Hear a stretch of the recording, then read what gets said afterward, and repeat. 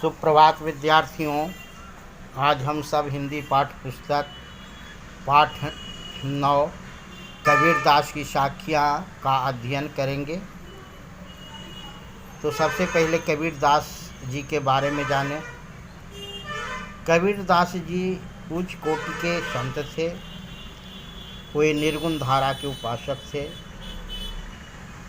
ब्रह्म में विश्वास रखते थे, परंतु पूजा पाठ को ढोंग व आडंबर मानते थे। उत्तर भारत के हिंदू और मुसलमान दोनों में ही समाज सुधार की भावना भरने का श्रेय संत कबीरदास को प्राप्त है। इनका जन्म वाराणसी में सन 1399 ईस्वी के आसपास हुआ था। कहा जाता है कि इनका जन्म एक विधवा ब्राह्मणी के गर्भ से हुआ था। वह लोक लाज के डर से इन्हें लहरतारा नामक तालाब के निकट छोड़ आई थी। नीरू और नीमा नामक जुलाहे दंपति के यहाँ इनका लालन पालन हुआ। इस प्रकार हिंदू मुसलमान दोनों के संस्कार इनके जीवन में विद्यमान था। संत कबीरदास अपने विचारों को लेकर अखड़ कवि माने जाते हैं। इनके विचार में रूढ़िवादियों के लिए कोई स्थान नहीं है। इनकी कोई भी रचना अपने हाथों से नहीं लिखी गई है, क्योंकि वे अनपढ़ थे। इन्होंने स्वयं कहा है, मसी कागज छुओ नहीं, कलम गही नहीं हाथ। इनकी भाषा भोजपुरी है, साथ ही उसमें अवधी, ब्रजभाषा, पंजाबी आदि बोलियों का फूट भी है। इसका कारण इनका संत जीवन है। इनके दीक्षा गुरु स्वामी रामानंद जी थे। इनके परिवार के बारे में स्थिति स्पष्ट नहीं है। कहा जाता है कि इनकी पत्नी का नाम लोई था। इससे कमाल और कमाली 2 संतानें थीं। इनके रचनाओं के संकलन बीजक के 3 अंग हैं, शवाद, साखी और रमैनी। इनकी साहित्यिक विशेषताएं देखें। कबीरदास जी का काव्य का विषय कुरीतियों, सामाजिक एवं धार्मिक बुराइयों का खंडन करना था। उन्होंने समाज में फैले हुए ढोंग, आडंबरों, जातिपात के भेदभाव पर कड़े प्रहार किए हैं। उन्होंने कहा है, जाति पाति पूछे न कोई, हरि को भजे सो हरि को होई। कबीर ने ईश्वर प्राप्ति के लिए गुरु की आवश्यकता पर बल दिया है। उन्होंने गुरु को गोविंद से बड़ा बताया है।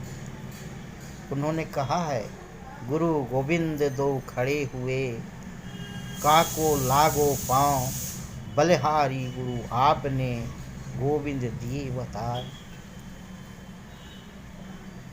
संत कबीर ने अपने काव्य में रसवादी भावना का समावेश किया है।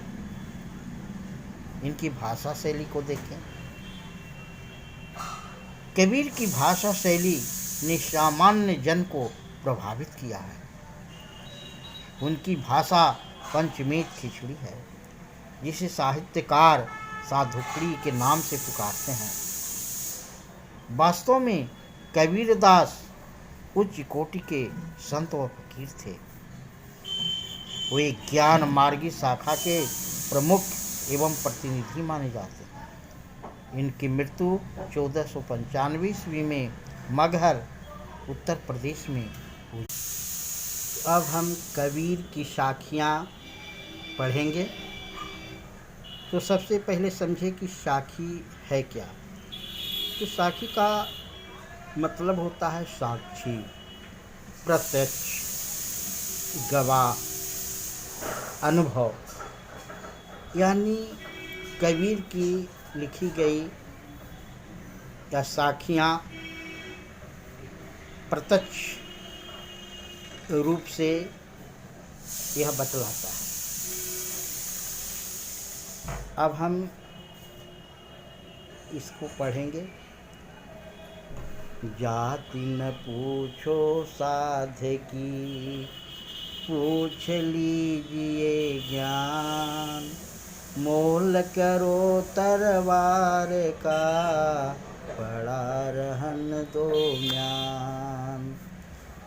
आवत गारी एक है, उलटत होई अनेक। कह कबीर नहीं उलटिए, वही एक किए। माला तो कर में फिरे, जीभ फिरे मुख माही।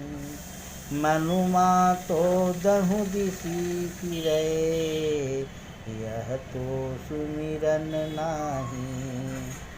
कबीर घास नहीं जिए, जो पाँव तली होय। पूरी पड़े जब आँखि में, खरी दुहेली होय। जग में बैरी कोई नहीं, जो मन शीतल हो। या पाको डारी दे, दया करे सबको।